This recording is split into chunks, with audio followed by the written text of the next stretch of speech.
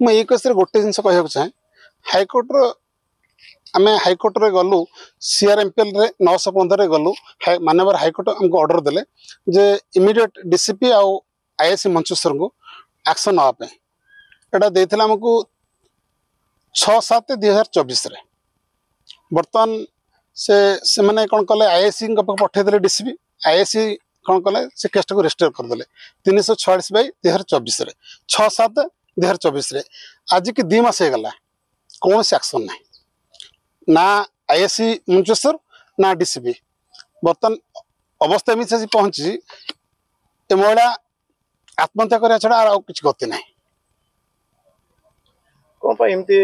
जड़े lawyer sir आपते पछमुचा दबार कारण कौन जे आत्महत्या करें आईन व्यापक जी अच्छी पुलिस पर निर्भर कर पुलिस यदि अवहेला कर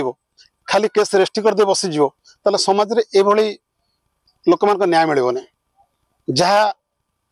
आपर जदि ए टाइप स्टेप जदि नि इमिडिएट स्टेप नि आमर डीसीपी किंबा मंचेश्वर पुलिस आईआईसी आम बाध्य पुणी आउ थे